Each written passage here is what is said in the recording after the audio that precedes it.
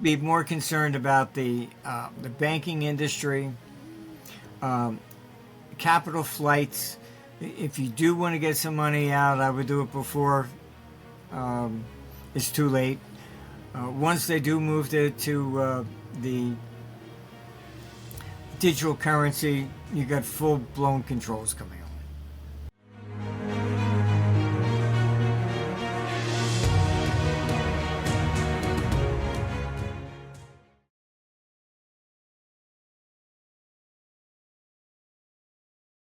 Hello and welcome to another edition of Triangle Investor Interviews. I'm your host Lucian Valkovic, and in today's edition we are joined by the market forecaster and founder of Armstrong Economics, Mr. Martin Armstrong. As always, great to have you here, Martin. Welcome back. Well, thank you for inviting me. It's always good to speak to everybody everywhere. I mean, that's important, I think. I do podcasts in Serbia, and this one's in Croatia. So, Italy, all over. So, Brazil. You are pretty no name. Yeah, it's good to see how people think in all these different countries and how it's really developing anymore. Yeah, from the different angles. It's always good to hear opinions from the different angles. Agreed, I like that as well. Martin, you pointed out a couple of times that we are entering global recession. So I want to start with that. When do you predict that the recession could show momentum or start? At what point the people will understand which direction we are heading? Well, it really started last May. But this is a different type of recession. It's more like stagflation. So you see the economy is not growing, but you're seeing the inflation rising. A lot of this has been because of really stupid decisions, particularly in Europe. You had the lockdowns from COVID, which wiped out a lot of small businesses. Then you had the climate change. Then you throw on top of that sanctions against Russia. So, okay, that was good. So our energy costs have expanded dramatically. And when you look at it, Germany's economy has actually shrunk by at least 3%. And it may even come out to closer to 5%. Because you wiped out a lot of the small businesses between COVID and climate change, and then, then the sanctions against, Russia. This whole idea that, we'll put sanctions on Russia, cut off their energy sales, and therefore the country will decline and he just turned and sold it to India and China. So what are you doing? You're just shooting yourself in the head for no reason. It's most of this is just propaganda, primarily from Ukraine. You have they keep telling everybody, if we fall, all of Europe's going to fall. I don't think the Russian people are interested in invading all of Europe, any more than they are going back to communism. It's the average person everywhere just wants to get along. Let me feed my family, take care of it. They're not interested in wars and stuff like this. Those are always created by the elites, basically. And they had even, questioned, Hermann Göring at the Nuremberg trials. How would you get all the people to follow you? He said, that's easy. Just tell them they're going to be attacked, whatever. And, if you read his speech, that's exactly what they're doing to us today. The fear. It's the same thing. So you have Poland ordering all males to get military training. teaching how to use a gun in grade school now. I mean, what are you going to do? Send a whole bunch of 10-year-olds out? I mean, I mean, these are the leaders that do this stuff. Yeah, the fear factor is present. I agree. Just quick return to the recession. So if you are right, we really get to the recession times. Do you predict a long recession, some form of financial and monetary reset? Yes, I mean, the recession is not going to bottom until about 2028. And in part, all this warmongering has basically shifted the focus to, oh, let's build up armies, things of this nature, rather than pay attention to the economy and the people. So you're shifting things. So that's causing also the stagflation. As you have these, sanctions and things of this nature. I mean, and, moving to renewables and wind power, it just doesn't work. I live in Florida. We get hurricanes, and my next door neighbor has like a Tesla. And I said, well, when that hurricane comes, I can put your wife and the kids in my car. I can tie you to the roof because your Tesla's not going to go far enough to get out of the way. So it's we have to be practical about some of this stuff. It's I mean, the first Clean Air Act was passed, in I think it was in 560 A.D. by Justinian, in Byzantium, because back then they were used wood, So it's, you've always had these things for a long time. So the recession we see is more of an economic decline as far as economic growth is concerned. Mm-hmm. But at the same time, because you're shifting towards war, that creates inflation. So it ends up being more of a stagflation. So economic decline, but prices are rising. And then that often leads to even civil unrest. Yeah. Martin, how are you viewing this financial market roller coaster? We have a day of 2,000 points down, going down, 3,000 points the next day up. How are you viewing this? Most of this is because mainstream media has been it is fake news. They've been taken over by more or less the left. And they, were bashing these tariffs, etc. The whole tariff issue was just Democratic propaganda in 1932. The Smoot-Hawley tariffs came out in June of 1930. The crash already began. So no serious economist has ever even attempted to argue that the tariffs caused the Great Depression. I mean, that was just political rhetoric. What caused the Great Depression was basically just about all of Europe defaulted on its debt. Britain went into a moratorium. Canada, South America. I mean, that's what wiped out 9,000 banks in the United States, not tariffs. But so you had the media talking about, the tariffs and, oh, this is it, it's going to depression, etc. And then they scared everybody into dumping. You even have Bloomberg News, which any technical analyst was just shocked by.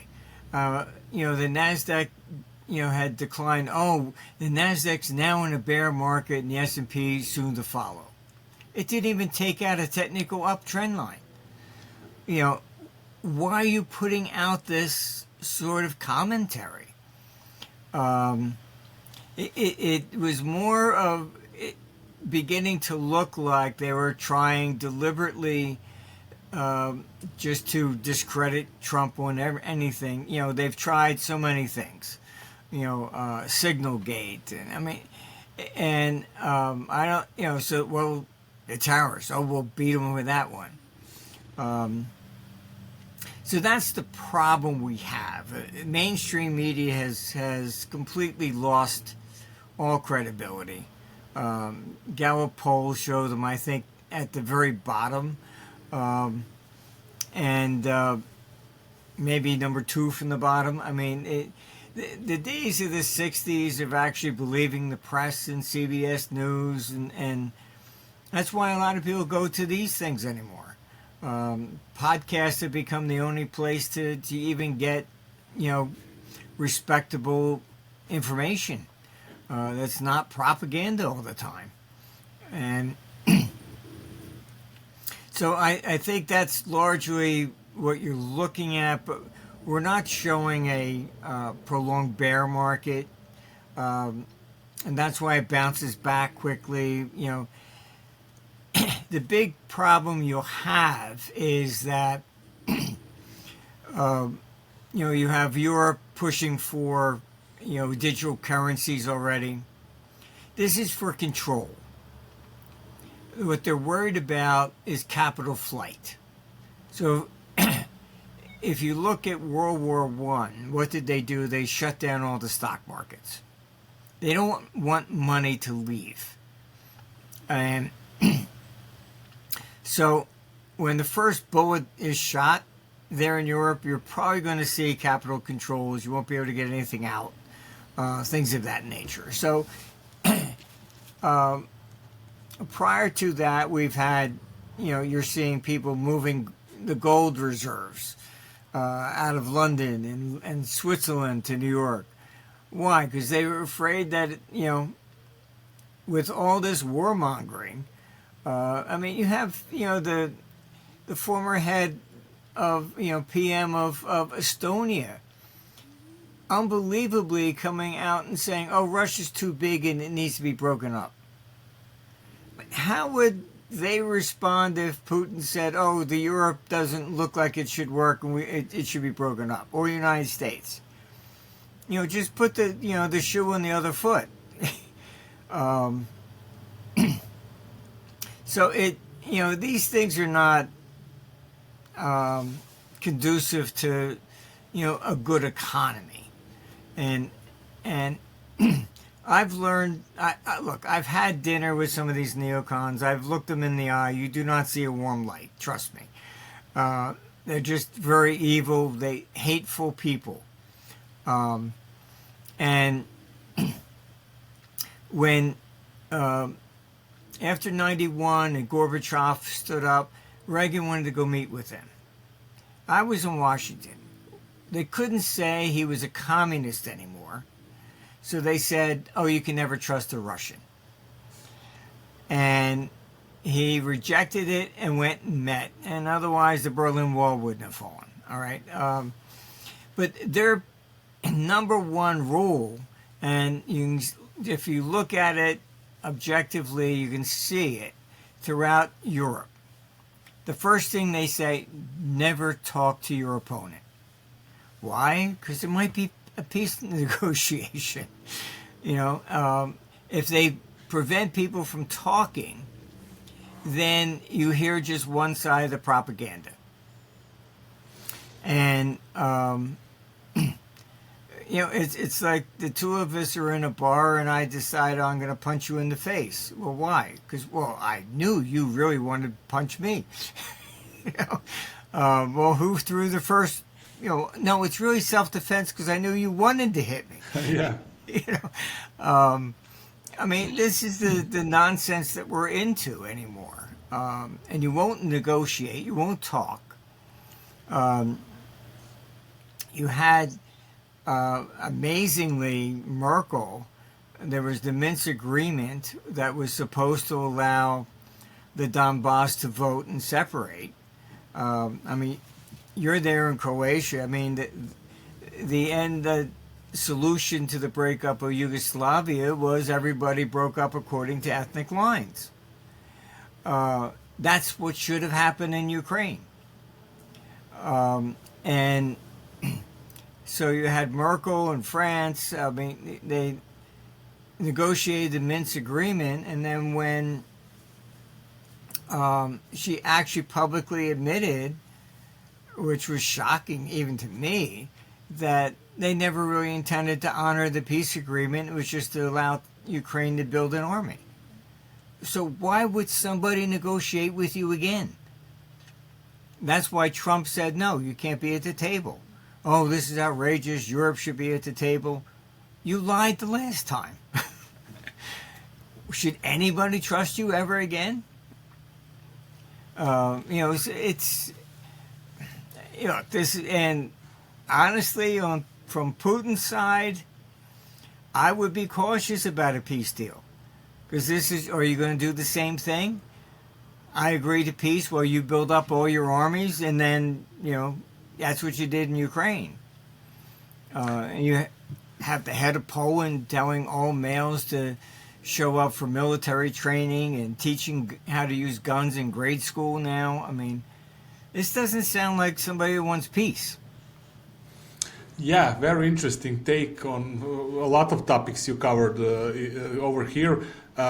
Quick return to to Trump's tariffs. How are you viewing actually his presidency so far?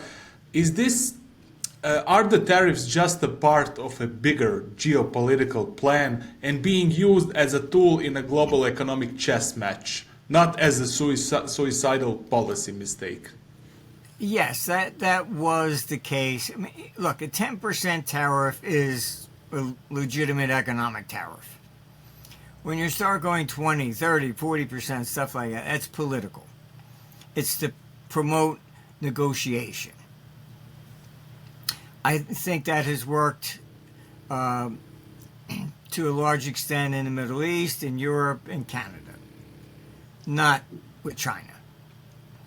I disagree with Trump on that. I think he doesn't understand Asian culture is different. You want to do something like that, you pick up the phone and you talk privately. You don't do it publicly. When you do it publicly, it's like slapping somebody in the face. Now, China cannot back down. Because then it makes their leaders look weak. And as far as the trade war with China, I would say that you're looking at that as a real trade war now. And it will escalate. I think that you're going to see, if China wants to put on the maximum, it has banned rare earths to shipping to the United States. I think it basically, what's next? It should do medicine. That will really drive everybody crazy. Yeah. Meanwhile, you have the EU cozying up to China. So I don't think that this is with what he did to China. I disagree with. It should have been basically a private phone call. You can't, what you can do with Canada and Europe is one thing. It's like, I want $100. No, I'll give you 50. All right, make it get 75. That's not the way it is in Asia. Yeah, China could actually crash the US dollar by dumping US treasuries in replacing its central bank reserves with gold. Do you see that scenario? Well, look, it wouldn't crash the dollar. They have about 10% of the US national debt, but they've been selling that off for a couple of years now. The reason they're going to gold, and a lot of these, gold bugs, etc., get it wrong. Oh, they're not buying because they think it's going up.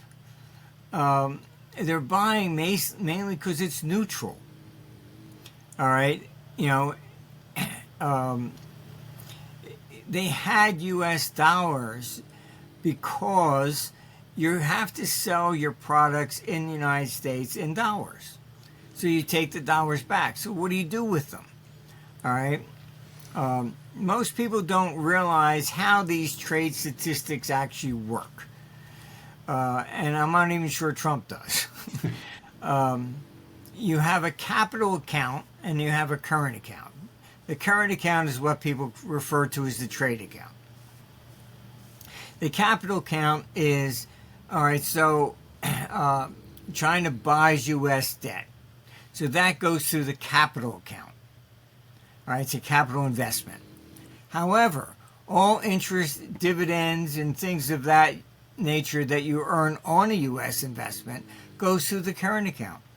So it makes the trade deficit look bigger when it's got nothing to do with goods. And I was helping the Japanese reduce the trade surplus that was fictional back then. I had them buying gold in New York, shipping it to London, selling it there. So as long as it was whatever it is, didn't matter. You're buying something in New York and you're exporting it out, it reduces, the trade deficit. All right. It was just gold. It wasn't, manufactured products or something. This is the problem. All these trade numbers, there's nobody actually at the dock counting the number of Toyotas in or BMWs or something like that. It's just cash flows. That's it. So like I said, if they bought, all the U.S. national debt and then $1 trillion in interest had to be paid to them, that would go through the current account. And you go, oh my God, we have $1 trillion deficit. It's got nothing to do with trade. It's income off of interest and dividends go through there. So I mean, like I said, I'm not sure a lot of world leaders even understand this. Last time you were in my show, you said that people were optimistic when Donald Trump was elected and that he will drain the swamp and clean things up. And you said one great thing. It's not and I quote you, it's not a swamp, it's an ocean. I remember that. Do you believe that there is absolutely no chance that President Trump could turn things around for a better tomorrow? Well, his Operation Doge is doing that this time. The first time in, it was the deep state that picked his cabinet, and everybody was stabbing him in the back. This time, he picked his cabinet before he even got to Washington. Mm-hmm. That was very significant political move. All right, you're not going to do this to me again. All right, so, and you see them all freaking out, Elon Musk.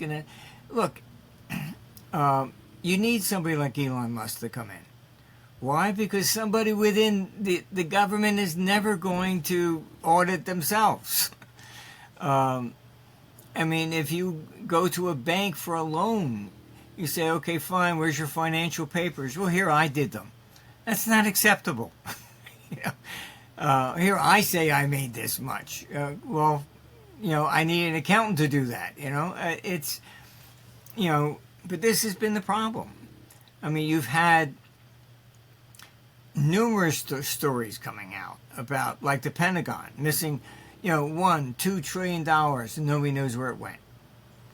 And they, internally they cannot audit themselves. They're paid, to look the other way. Corruption is pervasive everywhere. In any government, this is just the way it is. So I think Trump is doing his best to reduce the corruption in Washington. I think he's made a mistake with the tariffs on China. So I'll give him credit for what he's done correctly, and I got to say, what he's done incorrectly. I'm not partisan that way, so sure. We just have to look at the economics and what's good and what's bad. And that's it, without all the propaganda. Yeah.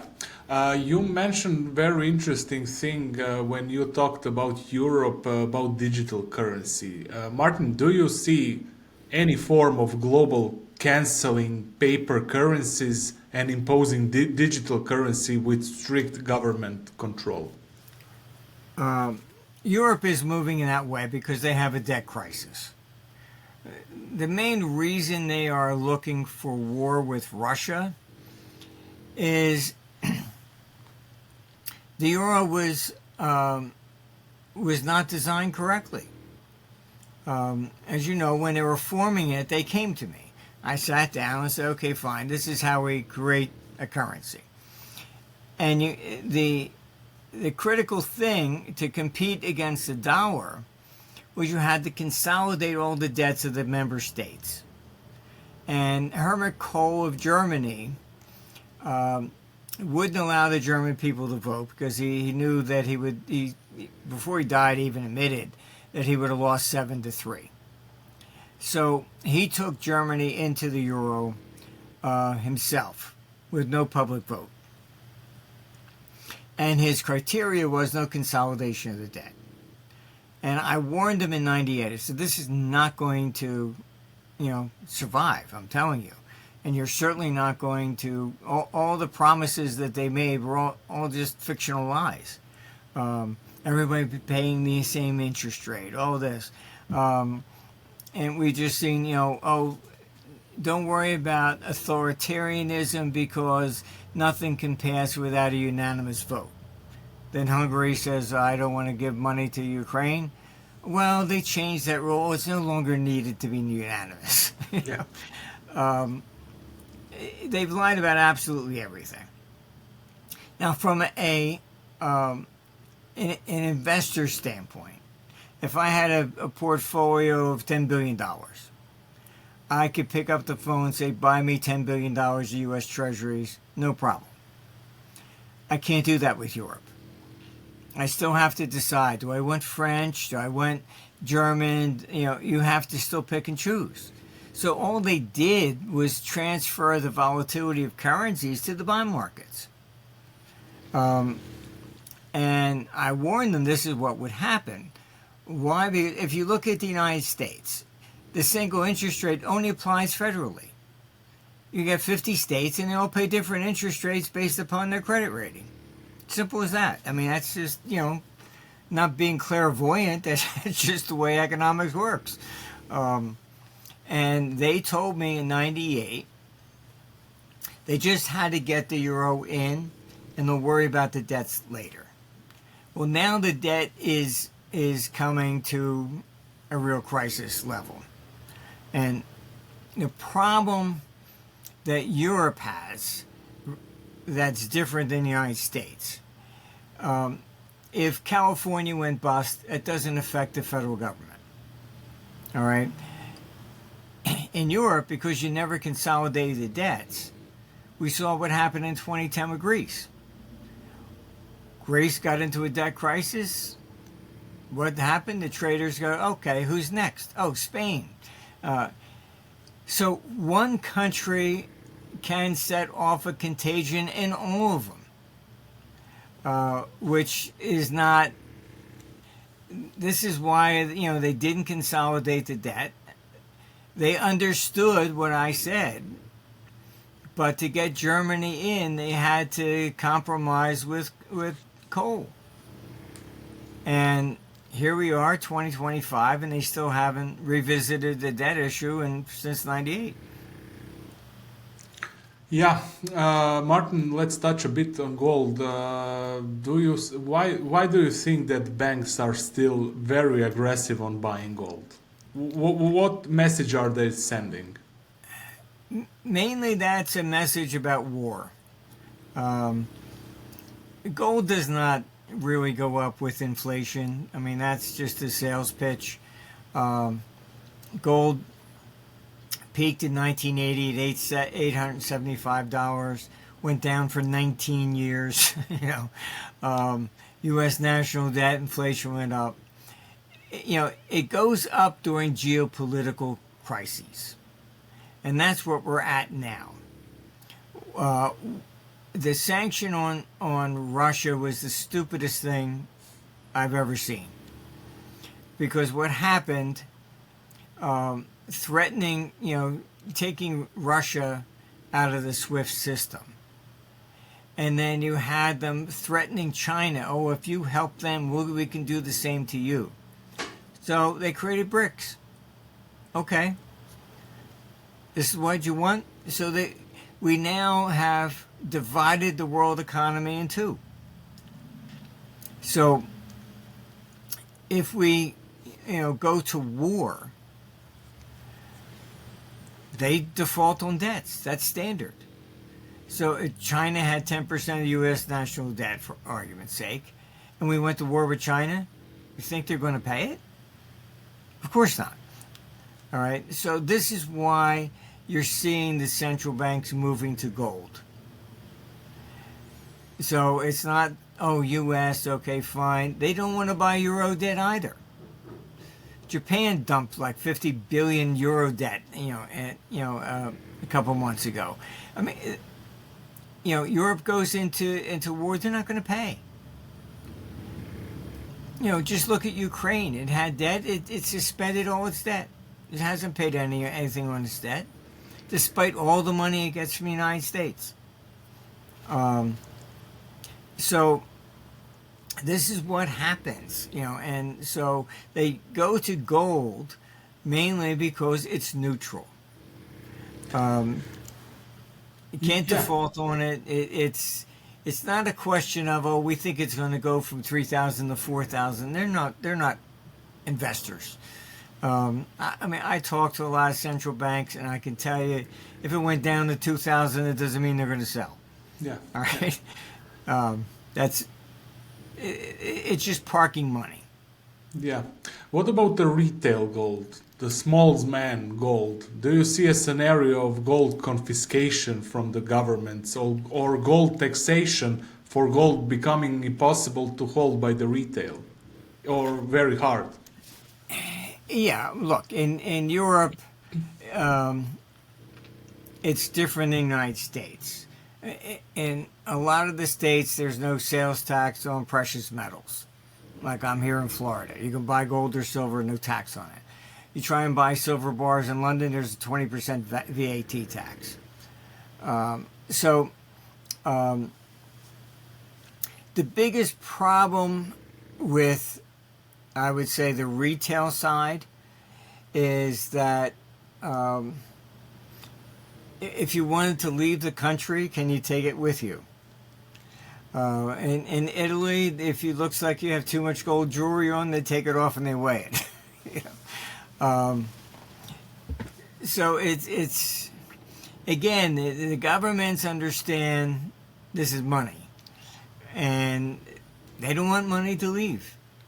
So I would not, if you can possibly buy gold in the United States and leave it over here, that I would do. The problem is you may not be able to get out with it. That's the real problem. When in the United States, they didn't confiscate gold from individuals. That they couldn't do. What they did was they confiscated the gold from the banks. All right. Even the Federal Reserve, people don't realize, the Fed had to turn over its gold to the Treasury. And basically what that was about was simply, you need a license. If you don't do it, we cancel your license. Yeah.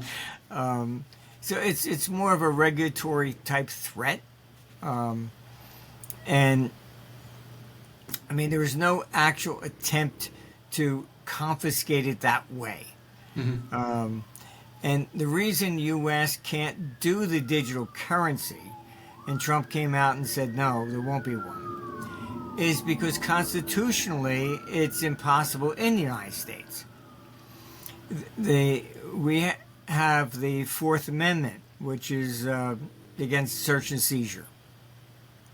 So the Fed has come out and said, no, we can't do this, because they couldn't possibly look at your account.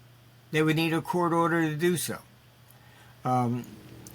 So that's why you see individual banks trying to create them. All right, but not the Federal Reserve. So I don't see this digital currency as replacing, all paper money globally. Look, Swiss has, canceled all its currency. People used to hold the 1,000 Swiss franc notes. Gone.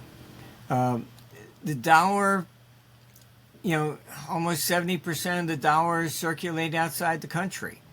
Why? Because the U.S. has never canceled its currency. If you have a $5 bill from 1861, it's still legal, although it's probably worth a hell of a lot more to a collector. But Europe has routinely canceled currencies all the time, and that's, purposely designed for taxes. That maybe you have, a few €100,000 stashed away in a safety deposit box sort of thing. Yeah. And you have to come out and exchange it. Oh, where'd you get this? Did you pay taxes on it? This is what they pull off. France even, canceled the, 10 franc coins even. I mean, it's just, they go crazy with this stuff. So that's why the euro is not really a reserve currency internationally, and neither is the Swiss franc now. So, you can't cancel the currency like this and expect people to have confidence in it. Yeah. What about silver? Do you see silver in some mix of becoming more monetary asset? It is considered as a monetary asset, but among the retail maybe, not among the bigger systems or countries. Do you see that happening? Yes. Look, there's always a black market throughout history. Doesn't matter what government you're talking about. If they move to digital currencies and try and eliminate cash, the black market will be small denominations, probably old silver coins, things of this nature. And maybe gold for the larger transactions. And that's the way it basically, will always develop, no matter what they try to do.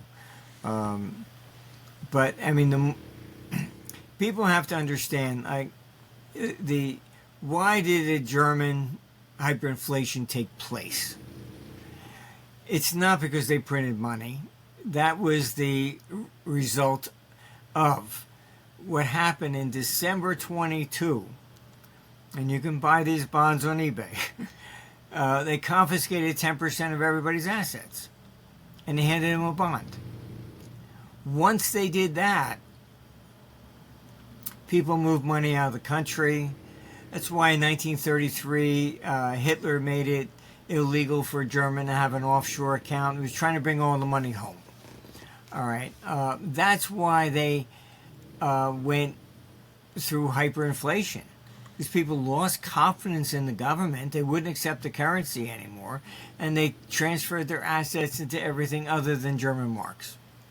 And that's why Hitler responded in 1933 to outlawing foreign accounts. And that's why Switzerland in 1934 created numbered accounts to protect all the foreign accounts that were there. So, look, this is what will happen. Once you lose the confidence, the capital flees. And that's always what, I don't care what century you look at, it's always the same thing. I mean, history repeats because human nature does not change. Yeah. Politics change, the events change, but we respond to similar events the same way all the time. Yeah, agreed.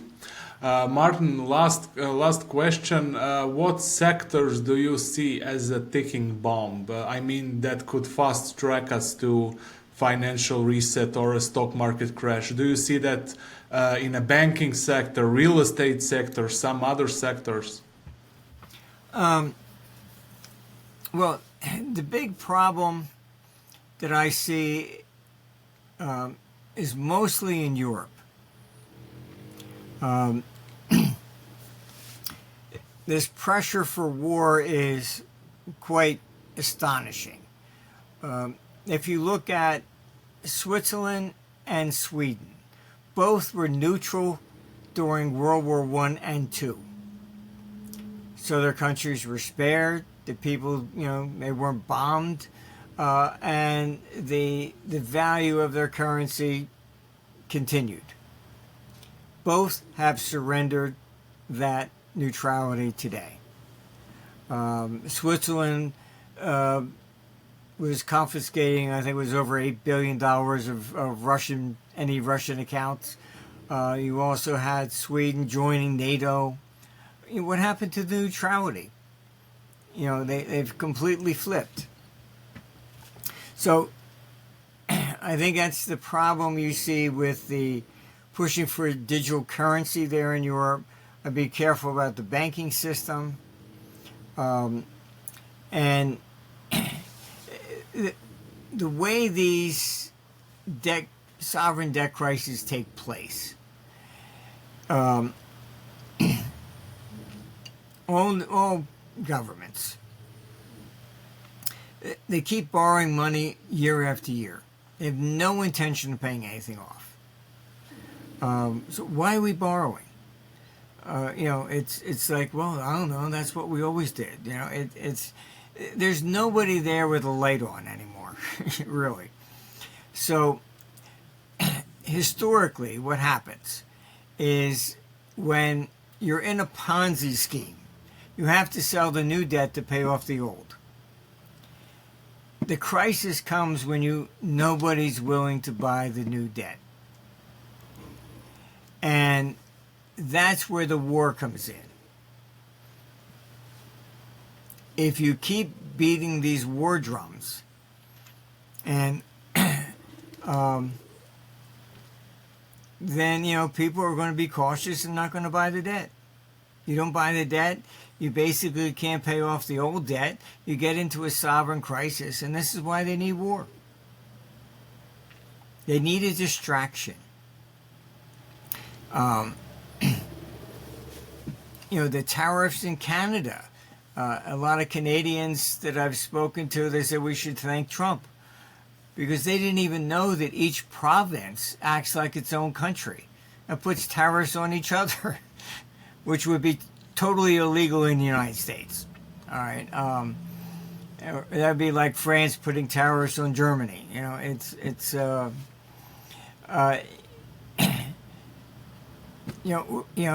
what, the problem was in Canada. You had some tariffs, like in Quebec, agricultural against American ag products of 250%.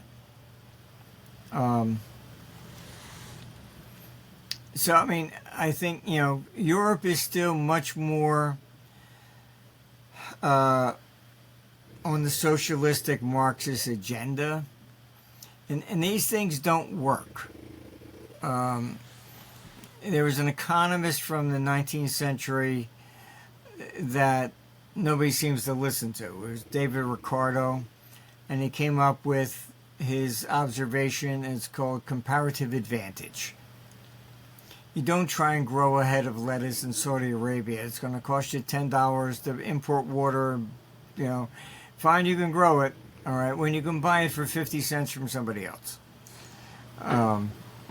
And so if you're putting on a tariff to protect a job, then maybe you're overpaying that person for that job. Maybe you should just get a different job.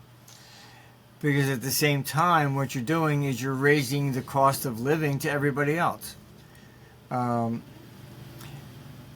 Europe got into the tariff thing mainly after World War I. Even sugar refining and everything took place in Europe. Britain was the financial capital of the world. Running around with World War I, what happened? They lost everything.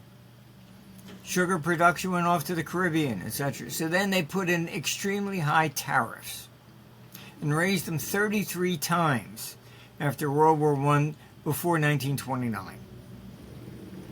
Why? Because they were trying to protect local operations to restart.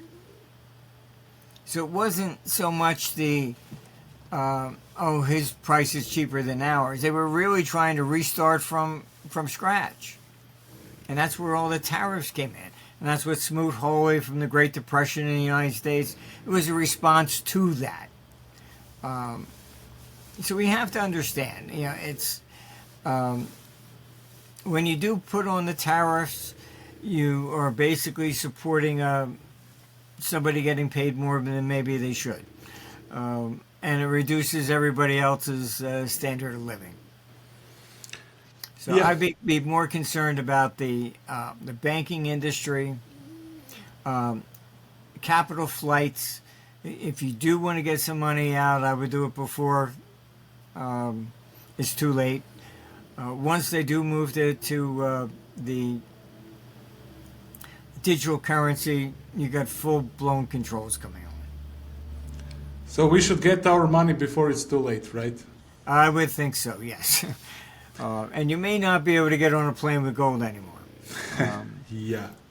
That was Martin Armstrong. Martin, great chat and a learning session for me as always with you. Thank you very much for coming to my show. Well, thank you. Take care there in Croatia. It's an interesting area.